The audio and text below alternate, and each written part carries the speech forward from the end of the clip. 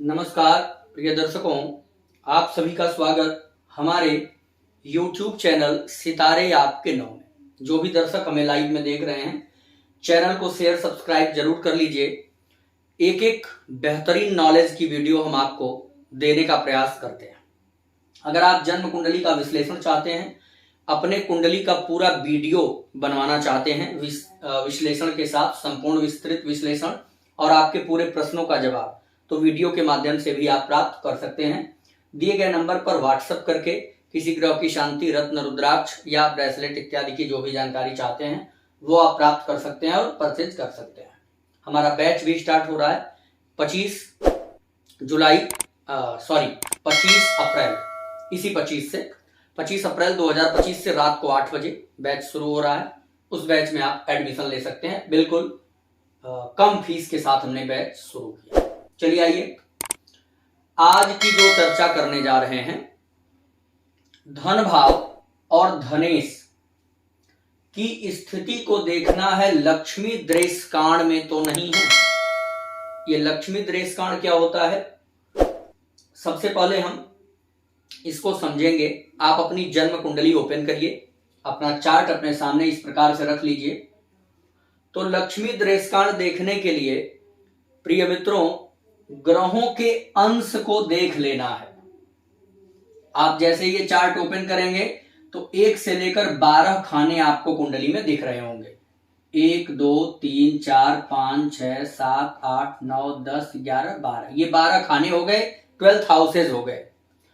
अब 12 खानों में 1 से लेकर 12 तक के नंबर भी लिखे होंगे जिन्हें हम राशि कहते हैं। अब 12 खानों में 12 राशियां भी भर गई।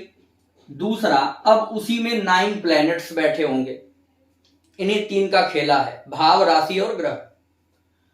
अब जो ग्रह जिस राशि में जिस भाव में बैठा है उसके अंश को देख लेना है।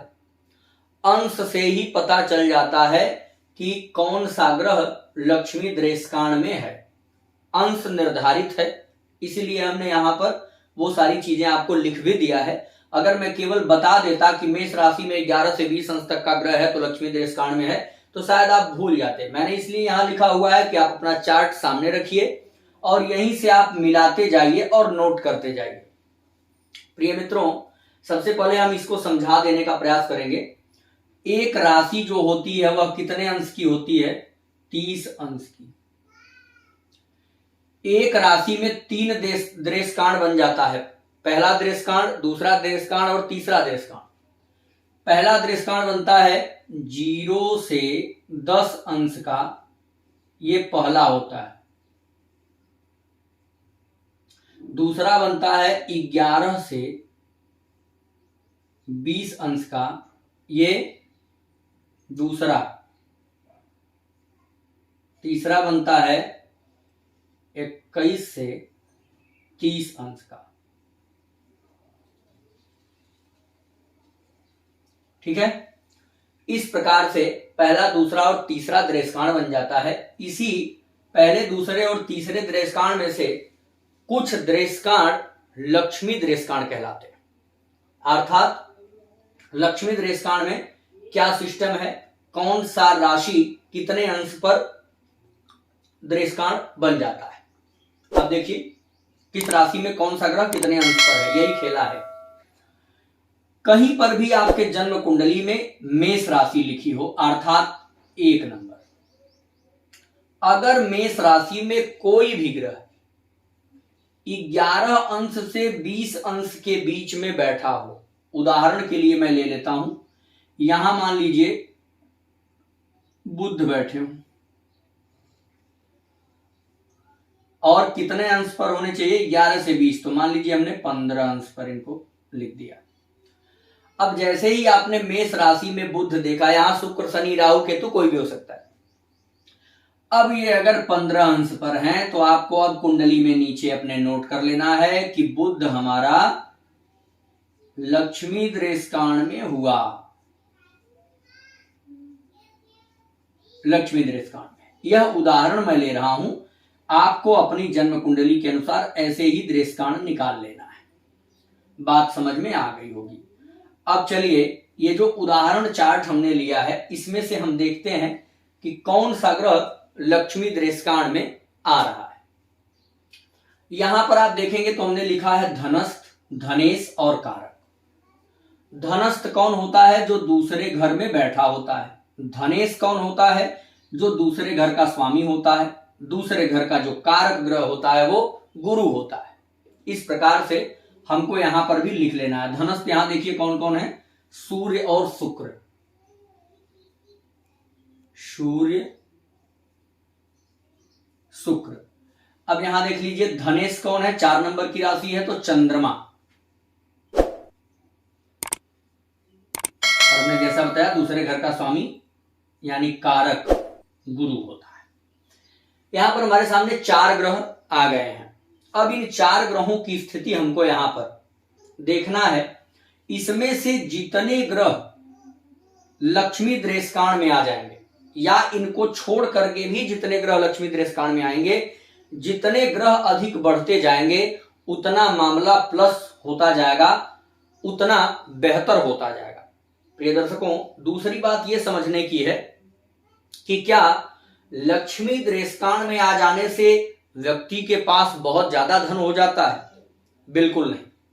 लक्ष्मी दृष्टिकांड का मतलब यह नहीं है कि आपके पास केवल बैंक बैलेंस बढ़ जाए और कैश में पैसा मिलने लग जाए। लक्ष्मी दृष्टिकांड जो है वो आपके संपन्नता को प्रदर्शित करेगा। आपके जीवन में धन की कभी बहुत जटिल समस्या नहीं आने देगा।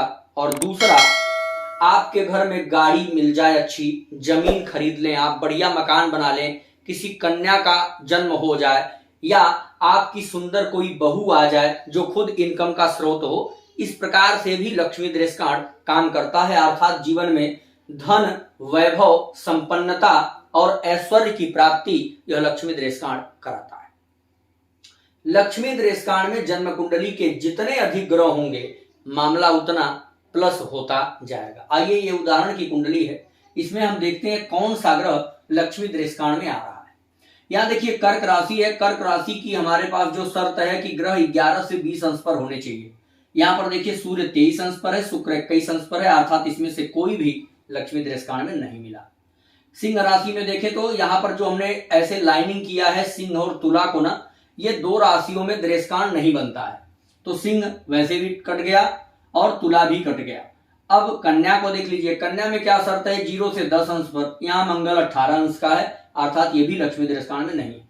अब यहां देखिए गुरु वृश्चिक राशि में बैठा। वृश्चिक की शर्त है 0 से 20 अंश तक ग्रह अगर है तो लक्ष्मी दृष्टिकांड में होगा। तो यहां गुरु आपको 11 अंश पर मिला, अर्थात गुरु इस कुंडली में लक्ष्मी दृष्टिकांड में है।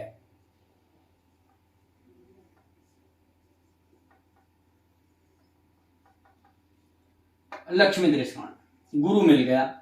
चंद्रमा को देख लीजिए। चंद्रमा मकर राशि में है। मकर की शर्त है 11 से 20 अंश। चंद्रमा 25 अंश पर है, चंद्रमा भी नहीं मिल पाया। कुंभ में शनि को देखिए 11 से 20 अंश होना चाहिए, पर शनि भी 29 अंश का है, अर्थात कोई ग्रह इस जन्म कुंडली में लक्ष्मी दृष्टिकांड में नहीं है, केवल गुरु मिल रहा है। अच्छा ठीक है, अगर गुरु भी मिला तो यहां पर क्या हो गया? एक शर्त हमारी पूरी हुई, अर्थात कारक ग्रह गुरु ही इस कुंडली में लक्ष्मी दृष्टिकांड में है। और दूसरा 1 2 3 4 5 6 7 8 9 और अपने ही घर को गुरु देख भी रहा है, जो गुरु की क्या है? उच्च दृष्टि है। तो लक्ष्मी दृष्टिकांड में गुरु है, गुरु की उच्च दृष्टि है, अर्थात धन की कभी बहुत अधिक समस्या तो इनको भी नहीं रहने वाली है। काम कहीं ना कहीं से मैनेज हो जाएगा, चल जाएगा। आप अपनी जन्म कुंडली देखिए, आपके जन्म कुंडली में कितने ग्रह लक्ष्मी दृष्टिकांड में है। अब दूसरा मामला, जो धनस्थ है या जो धनेश है, अगर वह भी लक्ष्मी दृष्टिकांड में हो तो यह योग और प्रबल बन जाएगा।